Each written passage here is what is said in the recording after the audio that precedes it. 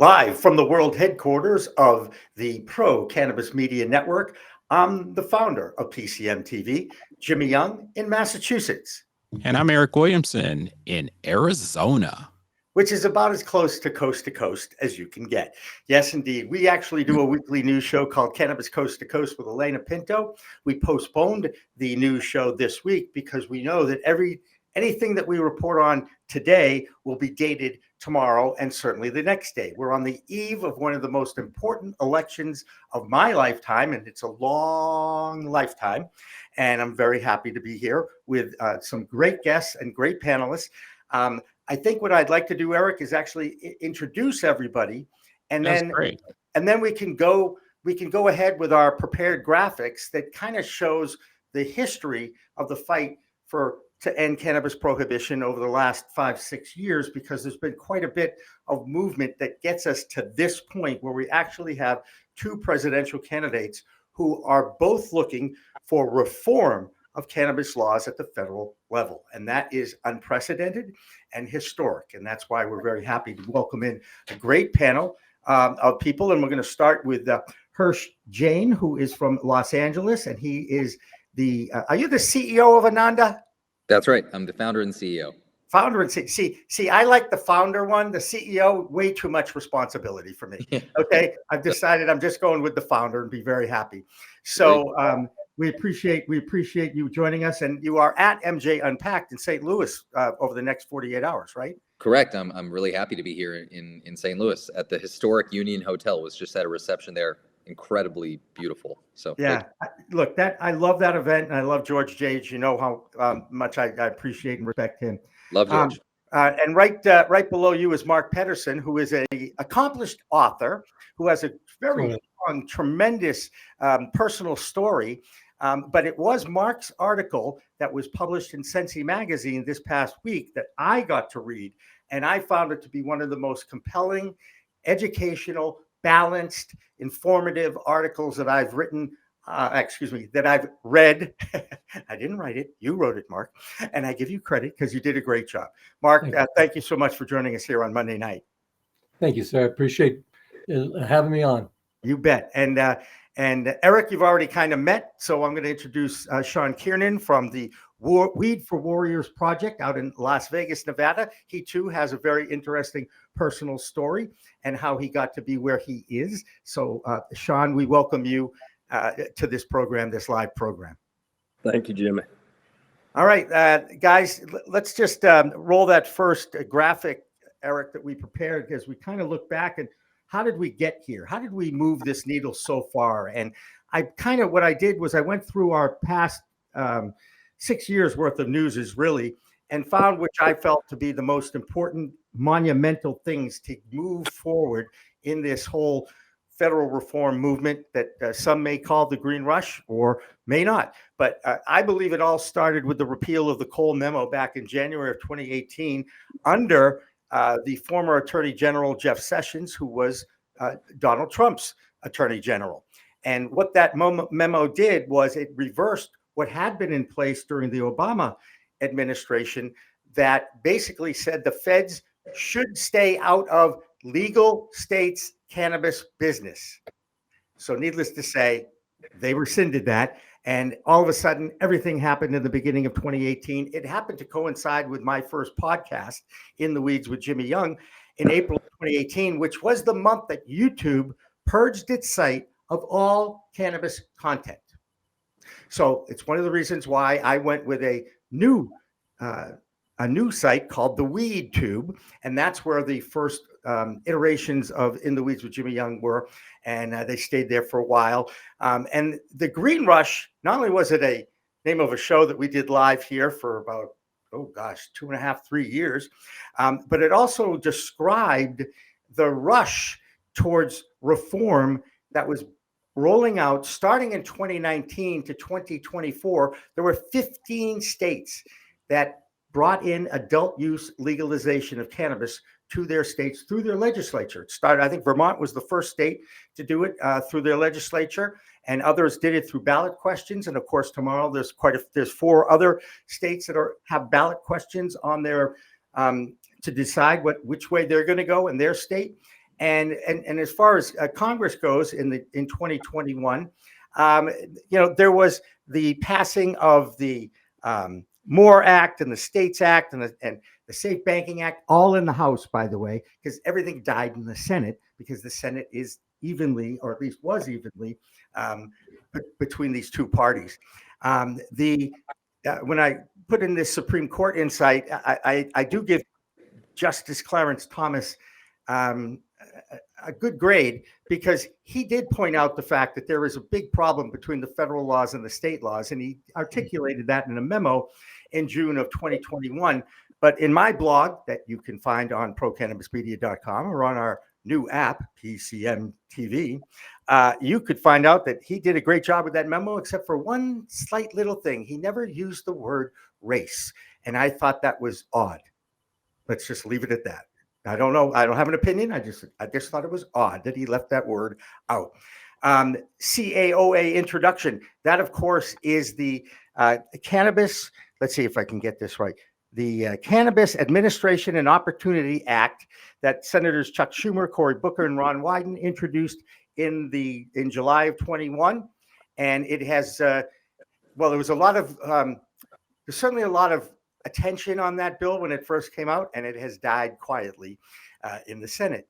I used Brittany Griner in here as another thing that brought the nation's attention to the laws that not only exist still in this country, but also in Russia. She was found with a hash oil vape pen in her carry-on and ended up spending almost a year in a Russian prison.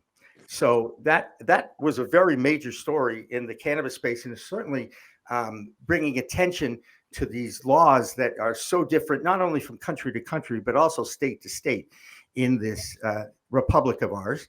And then in 2022, we are going to give credit to President Joe Biden because he did at least make an attempt to pardon those who had a federal conviction for low-level cannabis possession crimes. Now, you got to understand, the reports were that he let thousands out, and it was more like 50. So there's a big difference there. But Eric, you could take us from that point to where we are today on the eve of a very historic election, and we can then get right into our panel, because I think every one of them has probably an opinion about every single thing that we've said so far. They're just waiting, chomping at the bit. That's right. That's right. Well, I'm going to stick to my notes. Thanks, Jimmy.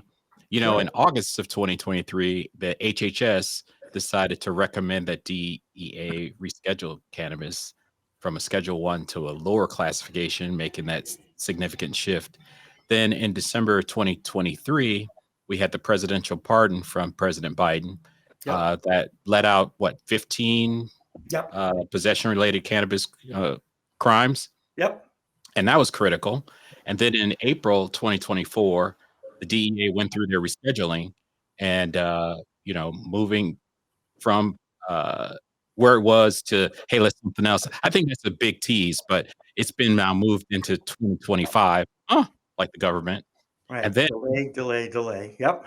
delay. I mean, you only have how many fingers you have to delay. Right. Then in September 2024, VP on legislation, she appeared on that All the Smoke podcast, Jimmy. And, did she reiterate the administration stance, or will that change?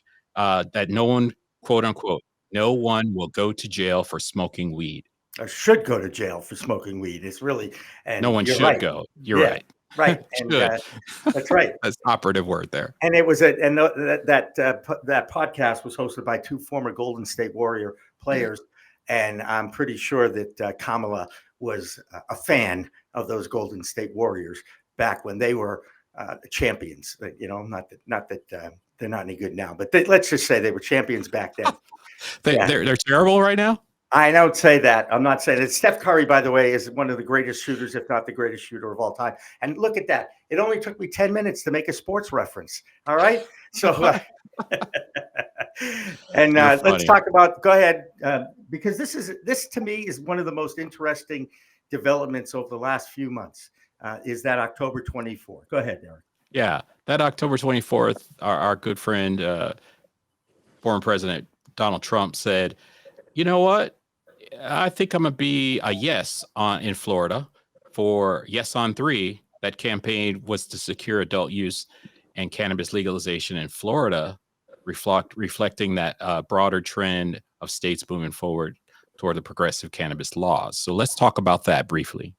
Yeah. So the poll question that was put out, I'm guessing within the last 48 hours, was by YouGov America, and basically they're coming up with the same conclusion that a lot of people are saying, that legalization is better than decriminalization, and if Trump is the decriminalization candidate and Harris is the legalization candidate, then most of the industry would like to see the legalization, or at least moving towards legalization. Hirsh, Jain, I'm gonna start with you just because you're at the top of my screen, and ask you a question. As you look in the crystal ball, either one of these candidates wants to make changes at the federal level. Can we cling to that hope and not worry so much about the result? Well, first, I mean, Jimmy and Eric, I want to say, I think you guys did a great job walking through that timeline. And I just wanted to say, I noticed as you were going through that timeline, if we were back in 2018, there were only about 8 adult use states. Right now, there's 24. So as you were walking through that, Jimmy, I was just thinking to myself, in 6 years, we've tripled the number of adult use states from 8 to 24, which is pretty remarkable. And I think if tomorrow goes well, we could have 27. So that just shows you the pace of change. And I'll also say on your Clarence Thomas thing, his point was that half the states, were in and half were out. And as we get to more than half, does that argument get even more compelling, as you were pointing out? So I think that's absolutely true. And look, I think we could spend, this whole hour debating Trump versus Kamala. I think I'll make just a couple of pretty maybe obvious points. First, it's encouraging that both of the candidates in their own way have expressed support for cannabis reform. We can debate which one is better, but we should note that that is both historic. I think you'll see people make arguments different ways. You'll see people crediting Kamala for some of the steps you were talking about, Jimmy, with the Biden administration. You'll see other people criticizing her, saying, hey, in California, when she had a chance to support legalization, she didn't, right? So you'll hear some of that. And you might even hear people say, hey, look, she's supporting legalization, but her plans aren't really specific about how to do so. So I think that's all fair. And then I think you'll also hear, back and forth on the other side. People will note that, Trump appointed Jeff Sessions, right, which is fair. On the other hand, they'll note that, in some of the comments you were mentioning, Jimmy, he does lay out some pretty decent, impressive specifics about the need for banking reform, and has, at least you hear that he has met people at Mar-a-Lago that use cannabis medically. So he's had his own kind of come to Jesus moment. It seems somewhat authentic. So there's not really a clear answer in there, but I think you can make arguments back and forth on both of them. There you go. Mark Pederson. So how did we get here? It's been quite a journey, right? And one thing I found out is that you and I were born in the same year, which makes me feel so good that I can talk openly with somebody my own age about, the same experiences growing up in the late 50s, early 60s. And, look, I still haven't recovered from the 60s. I was a rebel then. I'm still a rebel. And all the greatest leaders of my youth got shot. And that probably scarred me for life. I mean, what effect did that have on you, Mark, if you don't mind me asking? Excuse me. Which is the question here? So the question is, what impact on your own life, your own upbringing, when JFK, Robert Kennedy, and Dr. Martin Luther King all got shot and killed in the same decade of the 60s. And in my estimation, they were some of the greatest leaders of our time. And Bobby Kennedy was on my wall because I felt like he was the smartest Kennedy of all. So just what were your impressions of that growing up in that time, and how much of an impact may it still have on you? Well, it was actually looking back from today, it's one of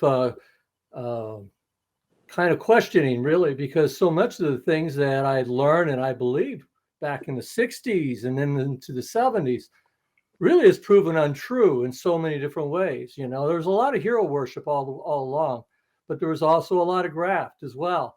So, it's having a lot of our heroes shot down once you find out the truth, then led into a lot of the disillusionment that we've had in this country. Right. It's a great point about disillusionment with our government, and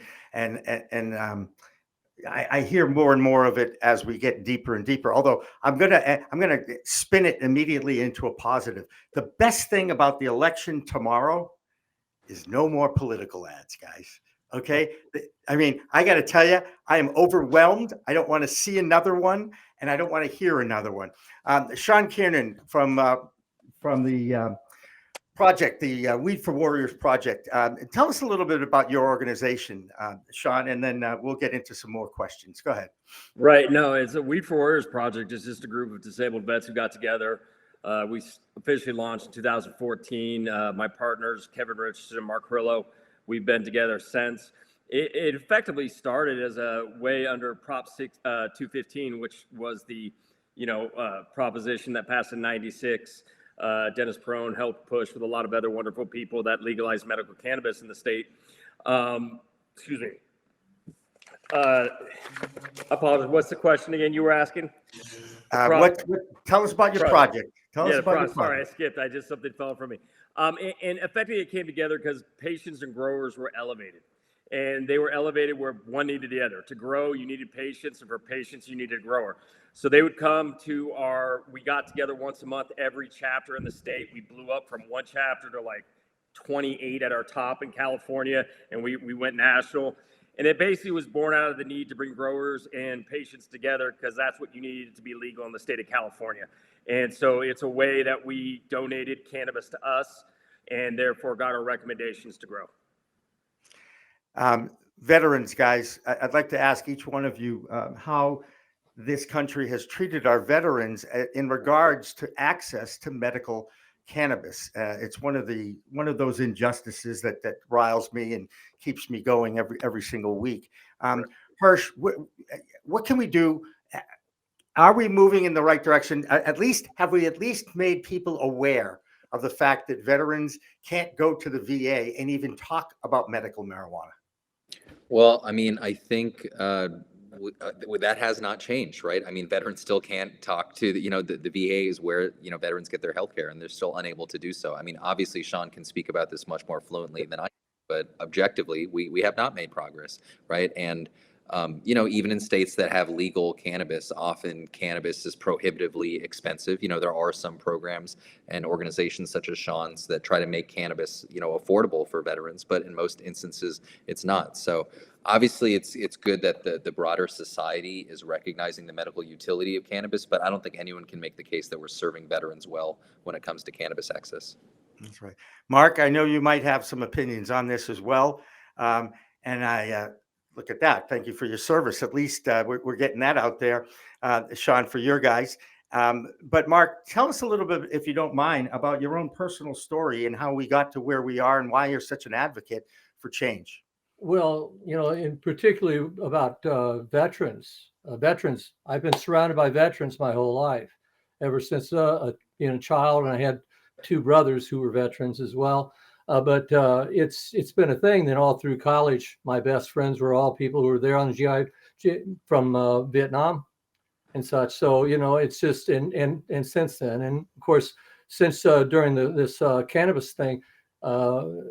Over the last 20 years, I've done a number of interviews with veterans talking about issues like post-traumatic stress and Agent Orange, and a lot of different things that they're up against. So it's there. I've seen a lot of growth. I've seen some great growth in this country and some tremendous things happening. I'm also very frustrated, though, because I know that if we would have just pushed for real legalization across this country, we could have ended a lot of these problems, and a lot of the problems that have actually arisen since because of all this mess.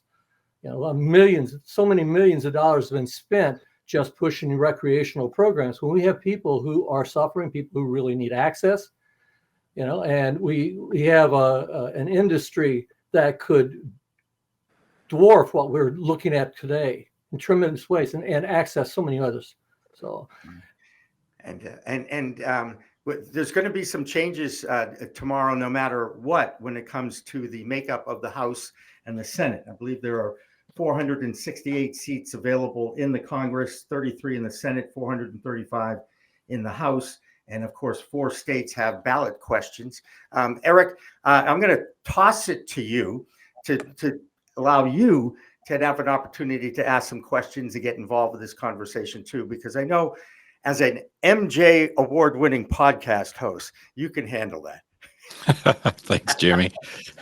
Specifically, panel, that minority impact, that a lot of individuals of color are in prison, and we don't really have a strategy for that. What's some of the feedback that you say for those individuals who are stuck in that grind, unfortunately? Yeah. Mark, go ahead. Oh, yeah. Okay. Could you say that once again? What did you say exactly? Go ahead. Yeah. Yeah. When it comes to minorities, Black and brown individuals, they're proportionally jailed a long time ago for crimes that right now it's legal to have possession in some states. So when we look at that outlook, everyone wants something. Are we overlooking some of our minority friends that are locked up, like organizations like the Last Prisoner Project comes to mind, where they're trying to help those individuals that are in that yucky turnstile of issue. So what's your position on that? What's your feeling about that? Well, that is a huge issue. Is a huge problem. It is minorities are the ones who end up getting the brunt of the issues that we deal with within cannabis. The things that we've seen has just been escalated even greater when you're talking about minorities. I recall right off bat, I interviewed a guy a number of years back who was a major trafficker of cannabis back in the day, and literally pallet loads that he was importing into the country, and he got busted, and he spent quite a bit of time in federal lockup. And I think about that situation, and right around that same time, there was he was a white guy, and he did time and he got out. Now, in the ones who were on the fishing boats who were out pulling the bales of cannabis out of the water that were being shipped in, that were being dropped off by the planes. One of those gentlemen, he had been locked up for over 26 years at that point because he was Hispanic. Yeah. So yes, it's hugely disproportional. And I'm going to interject here. 220,000 people in this country were arrested for possession crimes of cannabis in 2023. That would be last year. Hirsh, how in the world are we ever going to get away from profiling and filling our privately run prisons?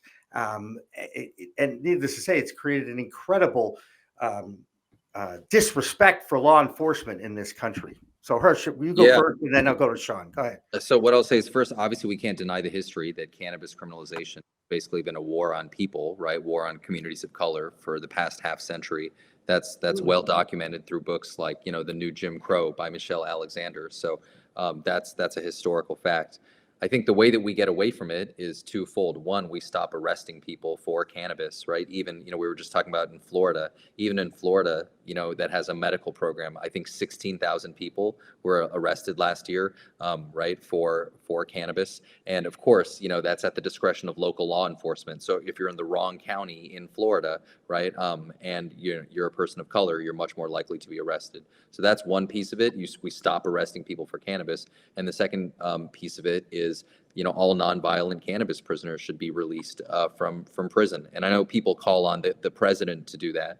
Unfortunately, a lot of these are state and local issues, right? So that's another challenge that this faces. But I think that's the other, critical component of this. And then there, are still other elements we could talk about, right? Which are record expungement, which means even if people are no longer in prison, that can still be a barrier to their future reentry. So that's a whole other Exactly.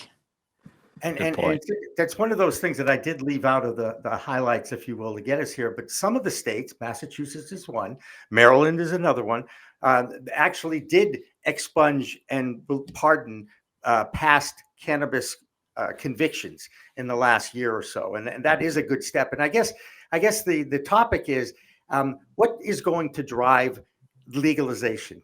Is it the social justice element of it that Cory Booker, the senator from New Jersey, brings up all the time, and I totally agree with him?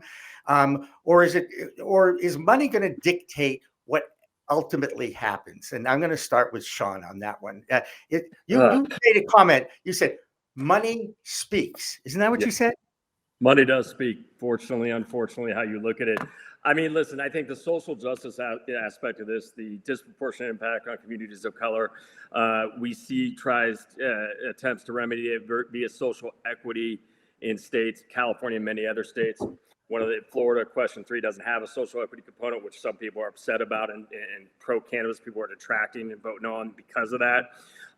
Problem is with a lot of those programs, they haven't worked very well, right? And so I always say, wait, we're taxing the cannabis community that had a war driven against it to pay effectively reparations for those cannabis crimes on communities of color. It doesn't make a lot of sense to charge those people had a war on to pay for the crimes of the war. Maybe they should get the DEA budget, because the problem is when you try to fix these things, they're not easily fixable via the cannabis market, because the more taxes you put on to pay for all this stuff, guess what happens? All you do is drive the illicit market. And what we're seeing on the left coast is cannabis in Oregon and taxes in California, they're declining, not because we're selling less cannabis, because we have an illicit market. And how do you deal with that? And so I would say, go back to your question, is it's got to become from the business model. We need a business model platform that works, that extinguishes the illicit market. And that's only going to happen through low taxes, efficient regulations, and a federal platform that really supersedes and allows interstate commerce. That's the only way I think you have a successful platform, and that's got to be driven by money. There you go. Anybody want to chime in on that comment? Mark? Hirsh? I'd be happy to. Well, back to if I could mention about the expungement portion quickly, it's a fallacy. I've proven that already with the writing my initiative. The whole thing with expungement is not true. It's a lie. They basically, what they do is they seal your records with a court order. They can have access to them and use them to prosecute you. That is a fact. If you'd like to read up on it, you can go to my website and you can actually read the statewide audit that was on my initiative for the state of Missouri, and they actually talk about that at length. Now, it's actually one of the reasons why I couldn't go forward with my initiative, because they were saying in order to truly legalize cannabis in the state of Missouri, it was going to cost the state of Missouri upwards of $1 billion to do so, which was totally ridiculous. But again, too, it shows the way that the state responded back to real legalization. So the other question, sorry. Yeah, no. That's a great point. And, there is a difference between expungement and pardoning. And that's something that, and again, this is the thing I love about this industry. There's so many elements to it about what you can learn, and you can learn about law, and you can learn about agriculture, and you can learn about science, and you can learn about growing. And I mean, there's so many elements to this industry.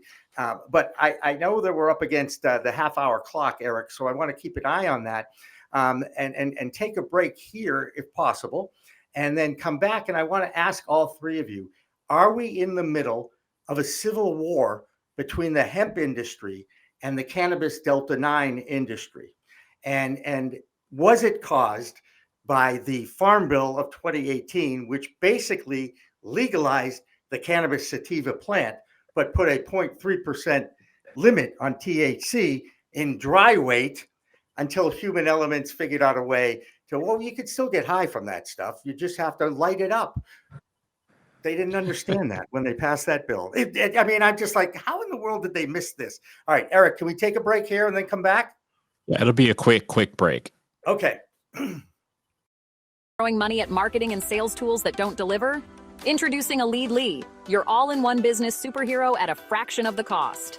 Imagine a world where your marketing campaigns don't fizzle like a wet firework. Your sales pipeline isn't as messy as your sock drawer. Your website isn't as boring as a tax code. A Lead makes it all possible and affordable. But here's the catch. Traditional pricing, it's like trying to buy a unicorn at a horse auction. Expensive. Here is the average small business monthly budget breakdown. Marketing tools, $100. Then a sales software for $80. How about a website builder? That's another $50. Don't forget to use a CRM to track all the networking groups you attend to store business card information. Yep, $40. Oh yeah, the latest greatest artificial intelligence, automation tools, another $30. And the list goes on, but we're different and feeling quite generous to help reduce those critical monthly fees. For a limited time, you can get a Leadly, the all-in-one marketing suite for just $1 per day. That's right, $365 for a year of unlimited everything. There are pay-as-you-go costs for as-needed services with the average small business spending, just $25 to $35 per month. If you want, dedicated SMS calls and a marketing phone number, inbound and outbound text messages and phone calls, email sending, email address validation, content AI, workflow AI, reviews AI, WordPress website hosting, unlimited CRM contacts, no more contact limits, unlimited email sending. Say goodbye to email restrictions, smartphone app for iOS or Android. Manage your business on the go, even if you're stuck in traffic. Unlimited funnels.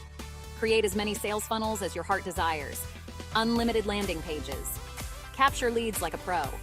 Unlimited appointment scheduling. No more double booking disasters. Unlimited AI automation. Let AI handle the grunt work while you sip margaritas on a beach or at least at your desk. Plus the best part, all future upgrades and bug fixes are included. But hurry, spots are filling up faster than a donut shop on a Monday morning. Once these spots are gone, the price goes back up to the original $300 per month. Don't miss out on this incredible deal. Over $800 in yearly savings. Act now and start saving your business from inflation. By leveraging a Leadly's comprehensive features and capabilities, small business owners can streamline their operations, improve efficiency, and drive growth. Click the link in the video description to schedule a meeting with us to answer questions or get you onboarded. Remember, this offer is limited and spots are limited. Thanks for watching. I think I messed up. Did you know there's a place that covers all the cannabis news you need? Welcome to Pro Cannabis Media, your go-to for all things cannabis. PCM is the CNBC of weed, bringing you the latest news and talk shows with a twist. We've got 16 state correspondents and multimedia journalists from around the US and Canada. Hey everybody, it's Brandon Jones with Be Green Distribution with the Missouri Cannabis Report. I'm Karen Black from Green Finger Consulting with the Arizona Cannabis Report. I'm Amy Carter from Michigan Weedsters. Andrew Behringer here reporting from Washington, D.C. Debbie Fazy with the Canadian Toke of the Week. It all started back in 2018 when founder Jimmy Young kicked off the In the Weeds podcast. His mission? Documenting the fight to end cannabis prohibition. Fast forward to today and we've got Cannabis Coast to Coast with Elena Pinto, delivering the nation's only TV-style cannabis news show. Hi everyone, welcome to another edition of Cannabis Coast to Coast News, Pro Cannabis Media's weekly roundup of the news from the industry. I'm Elena Pinto. As of August 2024, PCM has racked up over 1.2 million views and 14.5 million impressions on our YouTube channel. With 15,000 subscribers and growing, our reach is spreading like wildfire. PCM's website, YouTube, Rumble, Discord, Roku, Twitch, Spotify, iHeartRadio, Apple Podcasts, and even our very own PCMTV app. Get your cannabis news fix with Pro Cannabis Media. We're here to keep you informed and entertained. Stay tuned and stay lifted.